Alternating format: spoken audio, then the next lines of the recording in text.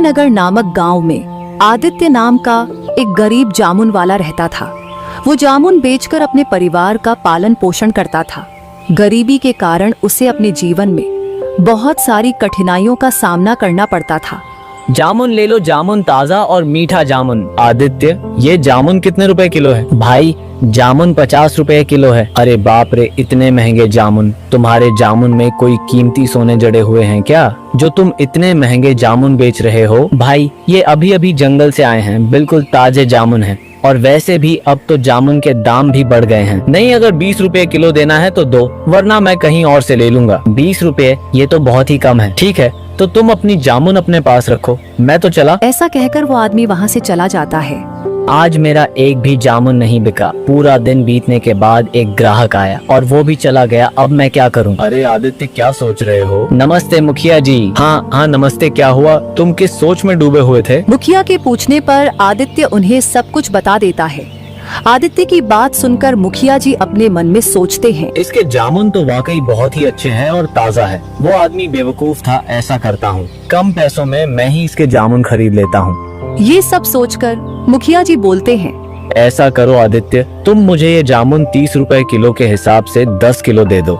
ठीक है मुखिया जी, मैं अभी दे देता हूँ। ऐसा कहकर आदित्य मन में सोचता है, चलो, कम से कम मुखिया जी ने मुझसे बहुत ज्यादा तो पैसे कम नहीं करवाए। अब जो भी पैसे मिलेंगे मैं उन पैसों से घर की जरूरत का सामान ले लूंगा, क्योंकि खाली हाथ भी तो मैं घर नहीं जा सकता। मुखिया जी चालाकी से अपने मन में सोचते हैं, बेवकूफ आदमी, इन लोगों से प्यार के 2 मीठे बोल क्या बोल दो, ये लोग अपना सब कुछ न्यौछावर कर देते हैं। फिर मुखिया जी जामुन लेकर वहाँ से चले जाते हैं और आदित्य भी अपना सामान समेटकर अपने घर की ओर निकल जाता है।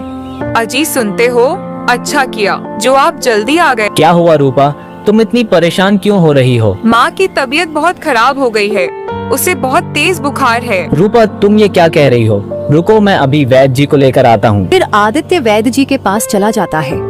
तभी रास्ते में बहुत तेज बारिश होने लगती है, लेकिन तब भी आदित्य अपनी माँ को बचाने के लिए जैसे तैसे करके वैद्य जी के पास पहुँच जाता है और आदित्य वैद्य जी को सारी बात बता देता है और वैद्य जी को अपने घर ले आता है। आदित्य, तुम्हारे माँ को बहुत तेज बुखार है। ये सिर्फ एक दवा से ही ठीक हो पाएगा, मगर वो दवा बहुत महंगी है। उसमें जिन जड़ी बूटियों को डाला गया है वो आसानी से नहीं मिलता। वैद्य जी, आप पैसों की चिंता मत कीजिए, बस आप मेरी माँ को ठीक कर दीजिए। फिर वैद्य जी माँ को दवाई दे देते हैं और वैद्य जी अपने घर चले जाते हैं। सुनते हो जी, आपके पास इतने सारे पैसे कहाँ से आए? आज मुखिया जी ने मुझसे काफी ज्यादा जामुन खरीद लिए थे, ये पैसे वहीं से आए थे। इसका मतलब सारे पैसे माँ की दवाइयों पर लग गए। हाँ रूपा, अब मेरे पास कुछ भी नहीं है। फिर ऐसे ही कुछ दिन बीत जाते हैं और आदित्य की माँ ठीक हो जाती है और उधर आदित्य के जामुन की बिक्री दिन भर दिन कम होती जा रही थी। वो रोजाना केवल 20 या 40 रुपए ही कमा पाता था। तो फिर एक दिन रूपा बोलती है, अजी, सुनते हो? आज तो घर में कुछ भी खाने को नहीं है। तुम चिंता मत करो रूपा, मैं कुछ इंतजाम करता हूँ। बस भगवान आज अपनी सुन ले और मेरी सारी जामुन बिक जाए। ठीक है रूपा, मैं जामुन बेचने चलता हूँ। इतना कहकर आदित्य अपनी जामुन की टोकरी लेकर गांव में चला जाता है। जामुन ले लो, जामुन ताज़ा और मीठा जामुन। इस तरह आदित्य पूरे गांव में जामुन बेचता है, लेकिन शाम होने तक उसकी एक भी जामुन नहीं बिकती। तो वो थक हार कर एक पेड़ के नीचे बैठ जाता है और मन में सोचने लगता है, सुबह से शाम हो गई, लेकिन अभी तक मेरी एक भी जामुन नहीं बिकी। अब तो ये जामुन भी सड़ने लगी है। अब मैं क्या करूं? हे ईश्वर, मेरे जीवन की कठिनाइयां कब खत्म होगी? आदित्य ये सोच ही रहा था कि तभी वहाँ से एक साधु बाबा गुजरते हैं। भिक्षामदेही, भिक्षामदेही, तुम एक दोगे, ईश्वर तुम्हें सो देगा। प्रणाम साधु बाबा। आयुष्मान भव पुत्र। क्या आपको कुछ चाहिए साधु बाबा? हाँ पुत्र, मैं एक भिक्षुक हूँ और यहाँ लोगों से भिक्षा मांग रहा हूँ। कैसी भिक्षा साधु बाबा? पुत्र, मैं अपने शिष्यों के लिए भोजन इकट्ठा कर रहा हूँ, इसीलिए गांव गांव लोगों से भिक्षा मांग रहा हूँ। पुत्र, अगर तुम चाहो तो अपनी खुशी से तुम भी कुछ थोड़ी सी भिक्षा दे सकते हो। क्षमा चाहता हूँ साधु बाबा, अभी मेरे पास आपको देने के लिए 1 रुपया भी नहीं है और ना ही मेरे घर में आटा या कोई अनाज है जो मैं आपको दे सकूं, और ना ही मैंने आज सुबह से कुछ कमाया है मेरे पास आपको देने के लिए। कुछ भी नहीं है। पुत्र, क्या तुम मुझे ये जामुन दे सकते हो? बाबा की ये बात सुनकर आदित्य अपने मन में सोचने लगा। हाँ, ये जामुन तो मैं साधु बाबा को दे ही सकता हूँ। वैसे भी शाम हो गई है और इनके बिकने की उम्मीद भी नहीं है। वैसे भी ये खराब हो जाएंगे, इससे अच्छा है कि किसी के पेट में चले जाए तो ज्यादा अच्छा होगा। ये सोचकर आदित्य बोलता है। जी साधु बाबा, आप ये जामुन ले जाइए। आदित्य की बात मानकर साधु बाबा टोकरी से थोड़ी सी जामुन उठा लेते हैं। ये क्या साधु बाबा, आप इतनी कम जामुन क्यों लेकर जा रहे हो? आप सारे जामुन ले जाइए। पुत्र, अगर मैंने तुम्हारी सारे जामुन ले लिए तो तुम क्या बेचोगे? कोई बात नहीं साधु बाबा, मैं कल दोबारा जामुन तोड़कर बेच दूंगा। आप इन्हें ले जाइए। पुत्र, मैं इतना बड़ा टोकरी कैसे लेकर जाऊंगा? साधु बाबा, आप मुझे बताइए आपको कहाँ जाना है, मैं इन्हें वहीं पहुँचा देता हूँ। ठीक है पुत्र, चलो तुम मेरे साथ। इतना कहकर साधु बाबा आदित्य को लेकर जंगल की ओर चले जाते हैं। कुछ देर चलने के बाद वो उनकी कुटिया में पहुंच जाते हैं। धन्यवाद पुत्र, अरे बाबा, धन्यवाद की कोई बात नहीं है, ये तो मेरा फर्ज था। मेरा आशीर्वाद तुम्हारे साथ है, तुम सदैव खुश रहो। साधु बाबा, अगर आप बुरा न माने तो मैं आपसे एक बात पूछ सकता हूँ? पूछो पुत्र, क्या पूछना है तुम्हें? साधु बाबा, आपने जामुन तो ले लिए, लेकिन क्या आप लोगों को केवल खाने में जामुन ही खिलाएंगे? नहीं पुत्र, दरअसल मैंने सब्जी और अनाज तो पहले से ही जमा किया हुआ था और फिर मैं जामुन की ही तलाश में निकला था। साधु बाबा, ये तो बहुत ही अच्छा है, मेरे जामुन आपके काम आ जाएंगे। ठीक है बाबा, अब मैं चलता हूँ। पुत्र रुको, मैं तुम्हें कुछ देना चाहता हूँ। ये लो, इसका नाम रानी है। आज से ये चिड़िया तुम्हारा हुआ। चिड़िया पर मैं इसे कैसे ले सकता हूँ? ये तो आपका है। जब तुमने बिना किसी फायदे के मुझे अपनी पूरी जामुन की टोकरी दे दी तो मैं क्या तुम्हें एक चिड़िया भी नहीं दे सकता? साधु बाबा, मैं इस चिड़िया का क्या करूँगा? ये कोई आम चिड़िया नहीं है पुत्र, ये एक जादुई चिड़िया है। ये तुम्हारे भाग्य की चाबी है। जब तक ये तुम्हारे साथ रहेगी तब तक तुम्हारा भाग्य चमकता रहेगा, लेकिन ध्यान रहे इसकी सच्चाई किसी को पता नहीं चलनी चाहिए। फिर आदित्य रानी चिड़िया को लेकर अपने घर की तरफ निकल पड़ता है तो रास्ते में रानी चिड़िया बोलती है। आदित्य, साधु बाबा ने जो कहा उसका ध्यान रखना। ये बात किसी को पता मत लगने देना कि मैं एक जादुई चिड़िया हूँ। ठीक है दोस्त, मैं वादा करता हूँ मैं ये सच कभी किसी को नहीं बताऊंगा। इतना कहकर आदित्य रानी चिड़िया को अपने घर ले जाता है। अजी, आप इस चिड़िया को कहाँ से लेकर आए हो? रूपा, ये चिड़िया अब से हमारे साथ ही रहेगा। आप इस चिड़िया को घर क्यों लेकर आए हो? जी, पहले ही हमारे खाने के लाले पड़े हुए हैं। एक वक्त की रोटी भी मुश्किल से नसीब हो पाती है, ऊपर से आप इस चिड़िया को ले आए। कैसी बात कर रही हो रूपा? भला ये छोटी सी चिड़िया कितना खा लेगी? और रही बात खाने की, तो जो हम खाएंगे वही इसे भी खिला देंगे। आदित्य और रूपा बातें कर रहे थे कि तभी उन्हें आवाज आती है। अरे आदित्य, क्या घर पर हो? जरा बाहर आओ। अरे सूरज भाई, आप यहाँ? हाँ आदित्य, वो क्या है ना, आज मेरी बेटी का जन्मदिन था, बहुत सारे पकवान बच गए। मैंने सोचा गांव में बांट दूं, इसीलिए मैं तुम्हें भी देने चला आया। ये लो। बहुत बहुत शुक्रिया भाई आपका। अरे नहीं आदित्य, इसमें शुक्रिया की क्या बात है? वैसे भी ये खाना खराब हो जाता तो इससे अच्छा किसी का पेट ही भर जाए। सूरज ये कहकर वहाँ से चला जाता है। ये तो बहुत स्वादिष्ट पकवान है। देखो रूपा, मैंने कहा था ना कि जिसके भाग्य में जो लिखा होता है वो उसे मिल ही जाता है। तुम खामखा चिंता कर रही थी। देखो ये पकवान हमारे पास खुद चलकर आ गए। आज तो हम खाएंगे, स्वादिष्ट पकवान पर गाएंगे ईश्वर के गुणगान। फिर वो सब मिलकर खाना खाते हैं। रूपा, मैं जामुन बेचने बाजार जा रहा हूँ। तो क्या आप इस रानी चिड़िया को भी साथ ले जाएंगे? क्यों, क्या हुआ? कुछ नहीं, मैं तो बस पूछ रही थी। आदित्य रूपा की बात सुनकर जामुन बेचने चला जाता है। जामुन ले लो, जामुन ताज़ा और मीठा जामुन। आदित्य, तुम्हारे जामुन तो बहुत अच्छे दिख रहे हैं, क्या भाव दे रहे हो? भाई जामुन 50 रुपए किलो है। अच्छा एक काम करो, मुझे 4 किलो जामुन दे दो। वो आदमी बिना पैसे कम कराए आदित्य के सारे जामुन खरीद कर चला जाता है। वो देखते ही देखते आदित्य के सारे जामुन बिक जाते हैं। अरे वाह, आज तो मेरी सारे जामुन अच्छे दामों में बिक गई। अब मैं इन पैसों से माँ और रूपा के लिए अच्छे कपड़े और पकवान लेकर जाऊंगा। फिर आदित्य सब सामान लेकर अपने घर चला जाता है। अजी, ये सब क्या है? आज मेरी कमाई बहुत ही अच्छी हुई है, इसीलिए मैं तुम दोनों के लिए कपड़े और पकवान लेकर आया हूँ। और फिर इसी तरह दिन गुजरते हैं। दिन प्रतिदिन आदित्य की कमाई बढ़ती जाती है। फिर एक दिन उनके घर एक भोला नाम का एक व्यक्ति आता है।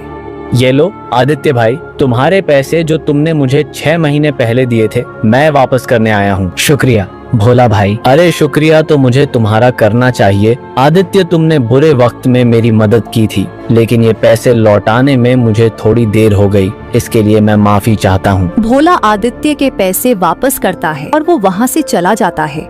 अजी सुनते हो, ये अचानक से लोग हम पर इतने मेहरबान कैसे हो गए? पता नहीं क्यों मुझे ऐसा लगता है जब से ये रानी चिड़िया हमारे घर आई है तभी से हमारे भाग्य बदल गए हैं। रूपा तुम खामखा क्या क्या सोच रही हो, ऐसा कुछ भी नहीं है। दूसरी तरफ आदित्य की तरक्की देखकर लोग जल भुन रहे थे। इस आदित्य के सारे जामुन चुटकियों में बिक जाते हैं और एक हम लोग हैं, सुबह से बैठे रहते हैं लेकिन हमारी एक भी फल नहीं बिकते हैं। अरे हाँ भाई, तुम बिल्कुल सही कह रहे हो। इससे पहले कि इस आदित्य की वजह से हमारा धंधा बंद हो जाए, हमें कुछ ना कुछ तो करना ही होगा। ऐसा करते हैं भाई, इसकी शिकायत अपन मुखिया जी से करते हैं, बाकी वो खुद ही देख लेंगे। ना कहकर वो दोनों मुखिया जी के पास जाते हैं।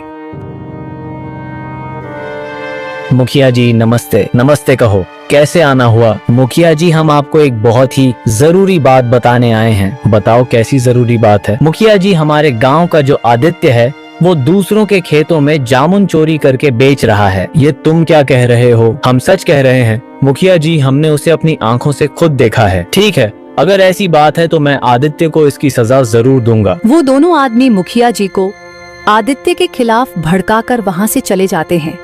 मैंने तो आदित्य को बहुत ही सीधा समझा था, मगर ये तो मुझसे भी ज्यादा चालाक निकला। मुझे इसके बारे में पता लगाना होगा। आज रात ही मैं आदित्य के यहाँ जाकर इस बात का पता लगाऊंगा। फिर रात होने पर मुखिया जी चुपचाप आदित्य के आंगन में आ जाते हैं और उसके घर की खिड़की के पास खड़े हो जाते हैं।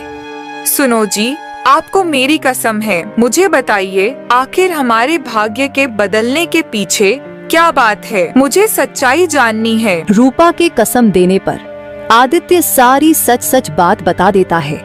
अरे वाह, ये तो बहुत ही खुशी की बात है। उन दोनों की ये सारी बातें मुखिया जी सुन लेते हैं। ओह, तो इसका मतलब ये है कि इस चिड़िया के हाथ में ही आदित्य के भाग्य की चाबी है। अगर मैं इस चिड़िया को अपने साथ ले जाऊं तो मेरा भाग्य भी बदल जाएगा। फिर अगले दिन सुबह होने पर मुखिया जी उन आदमियों के साथ आदित्य के यहाँ पहुँच जाते हैं। आदित्य, तुम इतने बड़े चोर निकलोगे मैंने कभी सोचा नहीं था। चोरी? कैसी चोरी मुखिया जी? ज्यादा बनने की जरूरत नहीं है, मैं तुम्हारी सारी सच्चाई जान चुका हूँ। कैसी सच्चाई मुखिया जी? आदित्य, एक तो तुम दूसरों के खेतों से जामुन चोरी करके बेचते हो और पूछते हो कैसी चोरी। तुम्हारी सजा ये है कि अब तुम्हें मुझे 15,000 रुपए का भुगतान करना पड़ेगा। मुखिया जी, मेरे पास इतने पैसे तो नहीं हैं और मैं सच बोल रहा हूँ, मैंने किसी के यहाँ कोई चोरी नहीं की। अगर तुम्हारे पास 15,000 रुपए नहीं है तो मैं ये तुम्हारा चिड़िया अपने साथ ले जाऊंगा। नहीं नहीं, मैं तुम्हारे साथ नहीं जाऊंगी। मुखिया जी, ये मेरा चिड़िया है, आप मेरे चिड़िया को ऐसे लेकर नहीं जा सकते। आदित्य को बेबस देखकर वही फल वाला आदमी बोलता है, मारो इसे, ये हमारे खेतों में चोरी करता है और हमारी मेहनत के पैसों पर ऐश कर रहा है। हाँ हाँ, मारो मारो इसे, ये हमारे खेतों में चोरी करता है और हमारी मेहनत के पैसों पर ऐश कर रहा है। हाँ हाँ, मारो इसे, ये चोर है। छोड़ दो मेरे पति को, ये निर्दोष है, इन्होंने कुछ नहीं किया है। सभी की ऐसी बातें सुनकर मुखिया जी आदित्य को छोड़ देते हैं और अपने मन में सोचते हैं, बेवकूफ इंसान, अब मैं इसके चिड़िया से अपने भाग्य को बदलूंगा। फिर ऐसे ही कुछ दिन बीत जाते हैं। रानी चिड़िया के चले जाने से आदित्य की हालत पहले से भी बदतर हो जाती है। सुनिए जी, हमारे पास तो अब खाने के लिए कुछ भी नहीं है। अब तो हमारी पहले की तरह जामुन बिकना भी बंद हो गई है। ईश्वर पर भरोसा रखो रूपा, वो कोई ना कोई रास्ता जरूर निकालेंगे। और उधर सुनो चिड़िया, अब से तुम मेरे साथ ही रहोगे और मैं ही तुम्हारा मालिक हूँ, समझे? नहीं, मेरा मालिक आदित्य है और वो मेरी दोस्त है। मुखिया जी चिड़िया से बातें कर ही रहे थे कि तभी उनके पास व्यापारी आता है। अरे रमेश भाई। हाँ मुखिया जी, मैं यहाँ एक काम से आया हूँ। कहिए क्या काम है? असल में मैं इस गांव को छोड़कर जा रहा हूँ और यहाँ मेरी बहुत सी जमीनें हैं जिन्हें मुझे बेचना है। तो मैं इसमें आपकी क्या मदद कर सकता हूँ? यही कि अगर आप मेरी सारी जमीनें खरीद ले तो बहुत अच्छा होगा, क्योंकि आपके सिवा इस गांव में मेरी इतनी सारी जमीनें कोई नहीं खरीद सकता। फिर मुखिया जी उस व्यापारी की जमीनों को कम कीमत पर खरीद लेते हैं और कुछ दिनों में उन जमीनों को 2 गुनी कीमत में बेच देते हैं। अरे वाह, ये चिड़िया तो वाकई किस्मत की चाबी है। मुझे इसे सबसे छुपा कर रखना होगा, वरना इसे कोई भी लेकर जा सकता है। फिर ऐसे ही कुछ दिन बीत जाते हैं तो एक दिन मुखिया जी सिर्फ पिंजरे का गेट खुला ही रह जाता है और चिड़िया मौका पाते ही वहां से उड़ जाते हैं। जब थोड़ी देर बाद वह मुखिया जी आते हैं तो पिंजरे को खाली देखकर वो हैरान हो जाते हैं। अरे ये क्या, वो चिड़िया कहाँ चला गया? अभी सरपंच जी उस चिड़िया को ढूंढ ही रहे थे कि तभी वही व्यापारी वहां आता है। मुखिया जी, आपने चालाकी से मेरी सारी जमीनों को कम कीमत पर हड़प लिया। मैं आपको नहीं छोड़ूंगा। मैं आपकी सारी सच्चाई गांव वालों को बताऊंगा। नहीं, ऐसा मत करो, मैं बर्बाद हो जाऊंगा। मैं तुम्हें तुम्हारे सारे पैसे देने के लिए तैयार हूँ। इतना कहकर मुखिया जी उस व्यापारी के पूरे पैसे उसे दे देते हैं। पैसे लेकर व्यापारी वहां से चला जाता है। मैंने आदित्य का चिड़िया छीनकर उसके साथ बहुत बुरा किया। शायद मुझे आज उसी पाप की सजा मिली है। और दूसरी तरफ अजी, आप कहाँ जा रहे हो? मैं जंगल की तरफ जा रहा हूँ। रूपा, बस थोड़ी देर में आता हूँ। इतना कहकर आदित्य जंगल की ओर निकल जाता है। प्रणाम साधु बाबा। आयुष्मान बाहु पुत्र। साधु बाबा, मैं यहाँ आपको कुछ बताने आया हूँ। मैं जानता हूँ पुत्र, तुम्हारे साथ क्या हुआ है। मगर कैसे बाबा? मैंने बताई है। रानी, तुम्हें तो मुखिया ले गए थे ना? हाँ दोस्त, मगर मैं उसके खेत से भाग आया। रानी चिड़िया आदित्य को सारी बात बता देता है। आदित्य, मैंने तुम्हें इसीलिए मना किया था कि जादुई चिड़िया के बारे में तुम किसी को पता मत चलने देना, वरना सभी इस चिड़िया के पीछे पड़ जाएंगे। क्षमा कीजिए साधु बाबा, मुझसे गलती हो गई। मुझे मजबूरी में रूपा को रानी चिड़िया के बारे में बताना पड़ा था। कोई बात नहीं पुत्र, गलती इंसान से ही होती है। ये चिड़िया मैं तुम्हें वापस करना चाहता हूँ और आशा करता हूँ कि तुम दोबारा कोई गलती नहीं करोगे। धन्यवाद साधु बाबा, मैं वादा करता हूँ कि मैं दोबारा ऐसी कोई गलती नहीं करूँगा। रानी चिड़िया को पाकर आदित्य का भाग्य दोबारा चमक जाता है और वो दिन प्रतिदिन अमीर होता जाता है।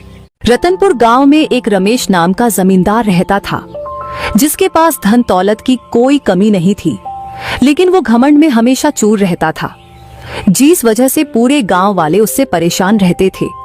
फिर एक दिन जमींदार की पत्नी मालती बोलती है, अजी सुनते हो, आपसे मिलने भोला आया है। वो कब से आपका इंतजार कर रहा है, आप जाकर उससे मिल लीजिए। अरे तुम भी ना देख रही हो, मैं पूजा करके आया हूँ। तुम मेरी पूजा को भंग करने में लगी हुई हो। उसको बोल दो, थोड़ी देर वो मेरा इंतजार करेगा। मैं नाश्ता करने के बाद आता हूँ। भोला बहुत रो रहा है, बोल रहा है कि उसकी माँ की बहुत जोरों से तबीयत खराब है, उसको डॉक्टर के पास लेकर जाना है, इसलिए वो आपसे कुछ पैसे उधार लेने के लिए यहाँ पर आया है। और आपकी पूजा भी तो खत्म हो गई है, तो आप जाकर एक बार मिल लीजिए, फिर बाद में नाश्ता कर लेना। तुम मुझे गुस्सा दिला रही हो। तुम देख रही हो ना, मैं भी नहा धोकर पूजा करके उठा हूँ और तुम मुझे फिर से उस दलित आदमी से मिलने को कह रही हो। वो छोटी जाति के लोग हैं, वो पता नहीं कहाँ से आया होगा। तुम उसे यहाँ से भगा दो। आप भले ही पूजा पाठ कितना भी कर ले, लेकिन आपको पुण्य बिल्कुल भी नहीं मिलेगा, क्योंकि आप कभी भी किसी का भला नहीं करते हो। एक तो बेचारा इतना परेशान है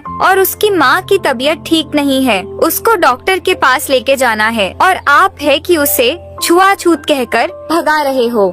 तो क्या पूरे गांव के भिखारी का मैंने ही ठेका ले रखा है? क्या सभी मुंह उठाकर यहाँ चले आते हैं पैसे मांगने के लिए? मालती और जमींदार दोनों आपस में बहस कर ही रहे होते हैं कि भोला उनके घर में आ जाता है।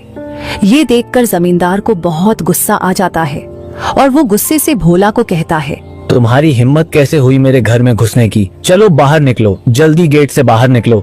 मालिक, मेरी माँ की तबीयत बहुत खराब है, मुझे माँ को डॉक्टर के पास लेके जाना है। मैं अपनी जमीन के कागज लेकर आया हूँ, आप इनको गिरवी रखकर मुझे कुछ पैसे दे दीजिए, जिससे मैं अपनी माँ को डॉक्टर के पास लेके जा सकूँ।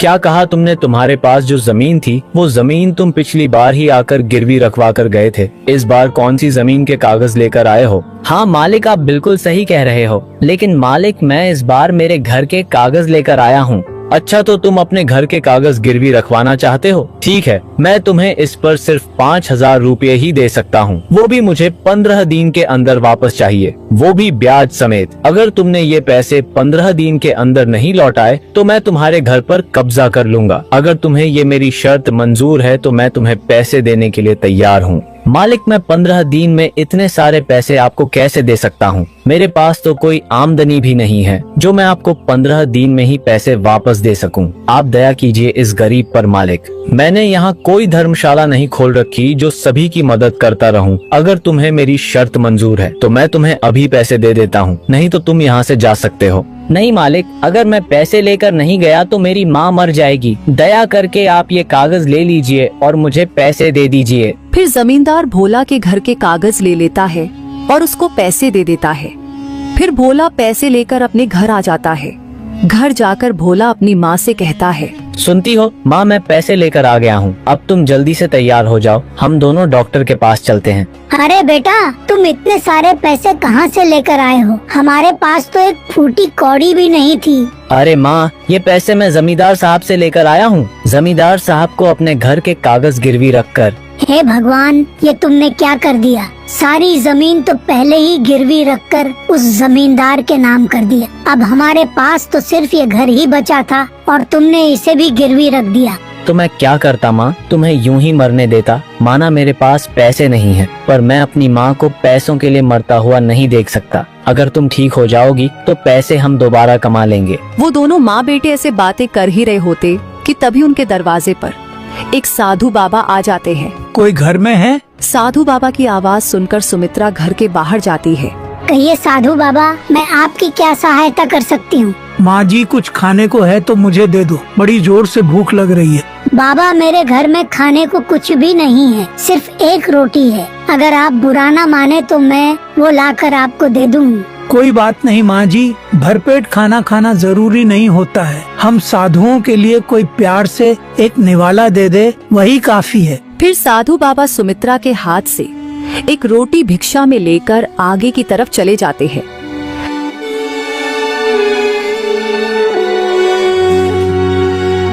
फिर वो चलते चलते जमींदार के दरवाजे पर पहुंच जाते हैं और आवाज देते हैं, भिक्षा मदेही, भिक्षा मदेही। ये आवाज सुनकर जमींदार की पत्नी मालती गेट पर आती है।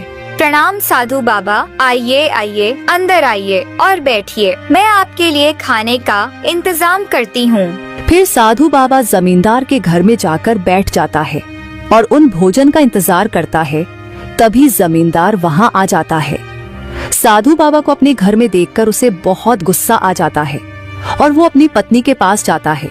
मालती, मैंने तुम्हें कितनी बार कहा है कि किसी भी भिखारी को घर के अंदर नहीं लाना है, और तुम आज फिर से इस बूढ़े को घर के अंदर ले आई और बिठा दी। मैंने तुम्हें कितनी बार कहा है कि हर किसी को घर के अंदर नहीं लाना है, और ना ही मुझसे बिना पूछे किसी को कुछ देना है, और ना ही किसी को कुछ खिलाना है। जी, आप ये क्या बोल रहे हो? थोड़ा धीरे बोलिए, साधु बाबा है। अगर वो ये बात सुन लेंगे तो आपको श्राप दे देंगे। अरे ये क्या श्राप दे देंगे? मैं बहुत अच्छी तरीके से जानता हूँ इन ढोंगी बाबा को, जो भेष बदल कर मांग मांग कर खाते हैं, और तुमने बिना सोचे समझे उसको घर में बिठा लिया, पूरा घर भी गंदा करवा दिया। मैं अभी उस ढोंगी बाबा को भगा कर आता हूँ। लेकिन साधु बाबा जमींदार और मालती दोनों की बातें सुन लेते हैं और वो बाहर आकर गुस्से से जमींदार से कहते हैं, मैंने आज तक तुम जैसा घमंडी सेठ नहीं देखा जो घर आए हुए संत का इतना अपमान करे। मैं तुम्हें श्राप देता हूँ कि तुम एक लोमड़ी बन जाओ।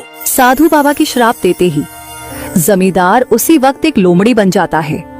ये देखकर उसकी पत्नी मालती बहुत परेशान हो जाती है। साधु बाबा, इनको क्षमा कर दीजिए। आप अपना श्राप वापस ले लीजिए। मेरा इस दुनिया में इनके सिवा और कोई भी नहीं है। इनसे जाने अनजाने में गलती हो गई। इन्हें आपके बारे में नहीं पता था। आप इन्हें माफ कर दीजिए। मुझे क्षमा कर दीजिए। मैं अब कभी भी साधु या गरीब व्यक्ति का अपमान नहीं करूँगा। मुझे आप पहले जैसा कर दीजिए। मैं अपना श्राप वापस नहीं ले सकता, लेकिन मैं इसका तुम्हें तोड़ जरूर बता सकता हूँ। जब तुम किसी नेक इंसान के घर में खाना खाओगे तो तुम थोड़ा ठीक हो जाओगे। दूसरा, जब तुम किसी गरीब इंसान की या जरूरतमंद की मदद करोगे तो तुम आधा ठीक हो जाओगे। और तीसरा, जब तुम किसी भले साधु या पंडित का जूठन खाओगे तो तुम पूरी तरह से ठीक हो जाओगे। ऐसा कहकर साधु बाबा वहाँ से चले जाते हैं और वो लोमड़ी भी गांव के बड़े से पेड़ के नीचे बैठ जाता है। वो किसी के आने का इंतजार करता है। तभी थोड़ी देर बाद वहाँ से घनश्याम सेठ गुजरता है और वो लोमड़ी को देखकर कहता है, अरे यार ये कितना गंदा है, मेरे कपड़े गंदे हो जाएंगे, इसे भगाओ यहाँ से जल्दी से। जंगली जानवर कहीं का पता नहीं कहाँ से चले आते हैं, चल भाग जा यहाँ से। फिर घनश्याम सेठ का आदमी जैसे ही लोमड़ी को मारने के लिए आगे बढ़ता है तो वो लोमड़ी वहाँ से भाग जाता है। ये सब मेरे कर्मों का ही फल है, मैं भी सभी के साथ ऐसा ही करता था। अगर मैं ऐसा किसी के साथ नहीं करता तो आज मेरे साथ भी ऐसा नहीं होता। हे भगवान मुझे माफ कर दो, अब मैं कभी भी किसी के साथ ऐसा नहीं करूँगा। फिर लोमड़ी चलते चलते गांव में भोला के घर के बाहर आ जाता है। भोला और उसकी माँ दोनों दिल के बहुत ही नेक इंसान थे। वो अपने घर पर आए हर एक पशु पक्षी को खाना दिया करते थे, भले ही उसकी माँ बीमार क्यों न हो।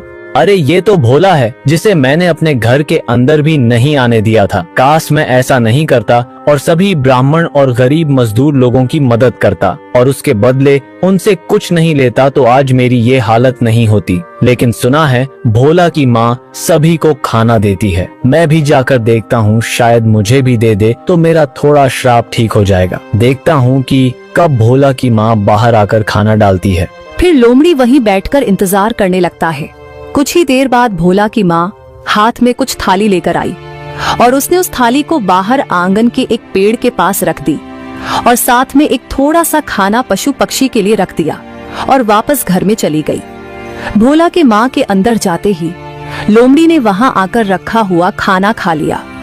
तभी वो थोड़ा ठीक हो गया और खुश होकर बोला, अरे वाह, मैं थोड़ा ठीक हो गया, यानी मैंने साधु बाबा की पहली परीक्षा पास कर ली। अब बची 2 परीक्षा, वो भी मैं जल्दी से पूरी कर लूंगा, फिर मैं पहले जैसा हो जाऊंगा। भोला तुम भले ही गरीब हो लेकिन दिल के बहुत ही नेक इंसान हो। मैं तुम्हारा ये एहसान कभी नहीं भूलूंगा। जब मैं ठीक हो जाऊंगा तब मैं तुमको और तुम्हारी माँ को आदर सम्मान के साथ घर लेकर जाऊंगा और खाना खिलाऊंगा। फिर वो लोमड़ी वहां से चला जाता है और अपनी दूसरी परीक्षा को पास करने के लिए वो एक बहुत ही गरीब आदमी की तलाश करता है। चलते चलते वो गांव से बहुत दूर आ जाता है तो उसे एक छोटी सी झोपड़ी दिखाई देती है।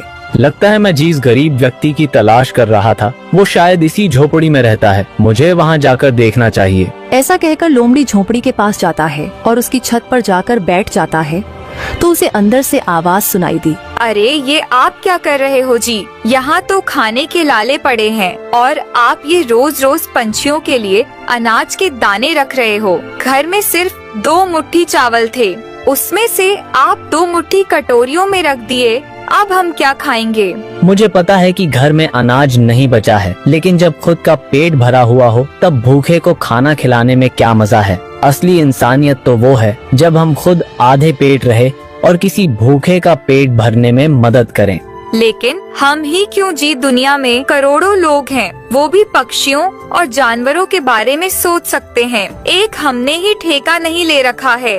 अगर हर कोई यही सोचे तो इस दुनिया से इंसानियत का नामो निशान ही मिट जाएगा। एक बात बताओ, ये पंछी जानवर गांव और शहर में क्यों आते हैं? क्योंकि हम इंसानों ने इनके रहने खाने की जगह छीन ली है। पहाड़ तोड़कर, नदी जंगल को पीछे हटाकर वहाँ पर सड़कें और ऊंची ऊंची इमारतें बना दी हैं। पेड़ काटते समय किसी ने ये भी नहीं सोचा कि इन पेड़ों पर पंछियों का बसेरा होगा। पेड़ पर लगने वाले फलों से वो भूख मिटाते होंगे। सबको सिर्फ अपनी ही तरक्की चाहिए, फिर चाहे किसी का भी घर टूट जाए। लेकिन मैं ऐसा नहीं सोचता। कुदरत ने जितना हक हमको दिया है यहाँ रहने का, उतना ही हक इन सभी जीवों को भी दिया है। हमारा क्या है, हम तो बूढ़े हो जाएंगे पता नहीं, और कितनी जिंदगी बाकी है। लेकिन जब तक मैं जिंदा हूँ मैं इन्हें खाना खिलाता रहूंगा और उनकी मदद करता रहूंगा। मुझे ऐसा करके बहुत अच्छा लगता है। भले ही मेरे पास कुछ खाने को हो या ना हो, लेकिन जितना भी है मैं इन्हें मेरे हिस्से में से आधा हिस्सा जरूर दूंगा। लेकिन मैं इन्हें कभी भूखे पेट नहीं रखूंगा।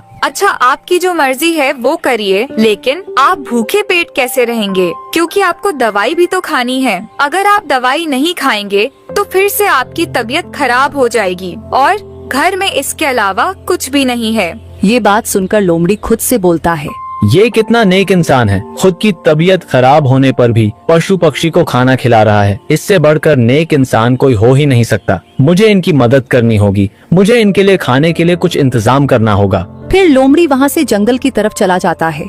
लोमड़ी जंगल से कुछ फल तोड़कर उस गरीब किसान के आंगन में रख देता है और जाकर छत पर बैठ जाता है।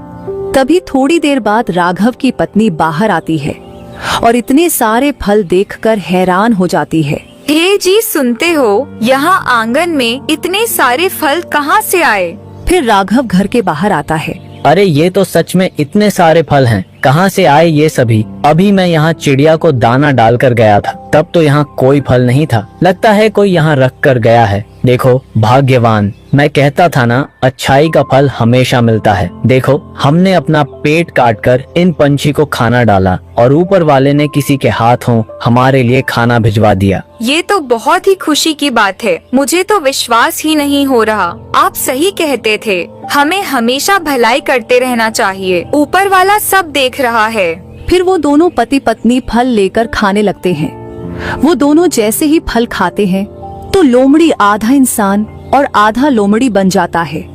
ये देखकर राघव, उसकी पत्नी दोनों डर जाते हैं। कौन हो तुम और ऐसे अचानक कैसे प्रकट हो गए? और तुम्हारा ये शरीर आधा लोमड़ी और आधा इंसान का कैसे है? मुझे कुछ भी समझ नहीं आ रहा है। आप सच में एक पुण्य आत्मा हो। मैं आपको सब बताता हूँ। पहले मैं आपका धन्यवाद करना चाहता हूँ। आपकी वजह से मेरा आधा श्राप खत्म हो गया। आपका बहुत बहुत धन्यवाद। फिर जमींदार सारी कहानी उस व्यक्ति को बताता है। ऐसी कोई बात नहीं है, मैं तो सिर्फ अपना कर्म कर रहा हूँ। नहीं, आप नहीं जानते कि आपने मुझ पर कितना बड़ा उपकार किया है। आपके दिल में सच में पशु और जानवरों के लिए बहुत दया है। चलो अब मैं चलता हूँ, मुझे अपनी एक और परीक्षा पास करनी है। इतना कहकर जमींदार वहाँ से चला जाता है और अपनी दूसरी परीक्षा भी पास कर लेता है और मन में सोचता है, मैंने अब तो दूसरी परीक्षा भी पास कर ली, अब तीसरी परीक्षा बची है, जो कि मुझे किसी ब्राह्मण का जूठन खाना है जो कि दिल का बहुत नेक हो। फिर लोमड़ी चलते चलते गांव से बाहर आ जाता है, पर उसे किसी ब्राह्मण का घर नहीं देखता। वो चलते चलते जंगल में चला जाता है। तभी थोड़ी देर में रात हो जाती है तो लोमड़ी जंगल में ही सो जाता है। फिर अगले दिन सुबह होते ही लोमड़ी फिर से ब्राह्मण की तलाश में निकल पड़ता है। आज कैसे भी करके मुझे ब्राह्मण का झूठा खाना ही होगा, नहीं तो मैं ऐसे ही रह जाऊंगा। मैं एक काम करता हूँ, आज मैं फिर से गांव की तरफ जाता हूँ। वहाँ पर किसी न किसी घर में झूठा खाना मुझे मिल ही जाएगा। लोमड़ी चलते चलते गांव की तरफ चला आता है और उसको देखकर पूरे गांव वाले भागने लगते हैं। अरे मारो मारो इसको, आधा लोमड़ी और आधा इंसान आ गया है। ये तो कोई शैतान लग रहा है। नहीं नहीं, मुझे मत मारो, मैं कोई शैतान नहीं हूँ। मुझे साधु बाबा ने श्राप दिया है, जिस वजह से मैं ऐसा हो गया हूँ। मैं किसी को कोई नुकसान नहीं पहुँचाऊंगा, मुझे जाने दो, मुझ पर दया करो। इतना कहकर लोमड़ी वहाँ से चला जाता है और कोई गांव वाला उसको नहीं मारता। फिर वो जाते जाते पंडित के वहाँ पहुँच जाता है। वो पंडित घर के बाहर ही उसके झूठे बर्तन रखकर अंदर चला जाता है। ये देखकर लोमड़ी बहुत खुश होता है।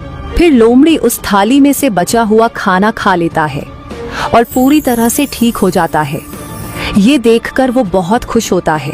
अरे पंडित जी, घर से बाहर आइए, मुझे आपसे कुछ कहना है। फिर पंडित घर के बाहर आता है। अरे भाई, कौन हो तुम और मेरे आंगन में क्या कर रहे हो? तुम तो कोई बड़े आदमी लग रहे हो, पर मेरे यहाँ पर कैसे आना हुआ?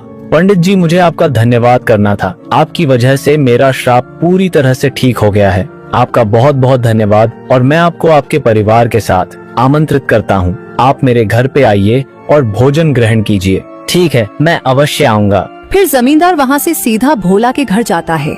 जमींदार को देखकर भोला और उसकी माँ डर जाती है। भोला, तुम और तुम्हारी माँ दोनों आज शाम को मेरे घर आना, मुझे तुम दोनों से कुछ कहना है।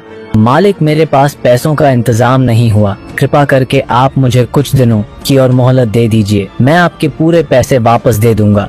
हाँ बेटा, हम दोनों को 10 दिन की मोहलत और दे दो। हम दिन रात मेहनत करके तुम्हारे पाई पाई चुका देंगे, लेकिन तुम मेरे बेटे को छोड़ दो।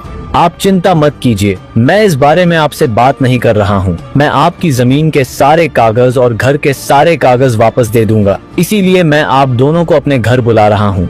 इतना कहकर जमींदार अपने घर के लिए निकल जाता है।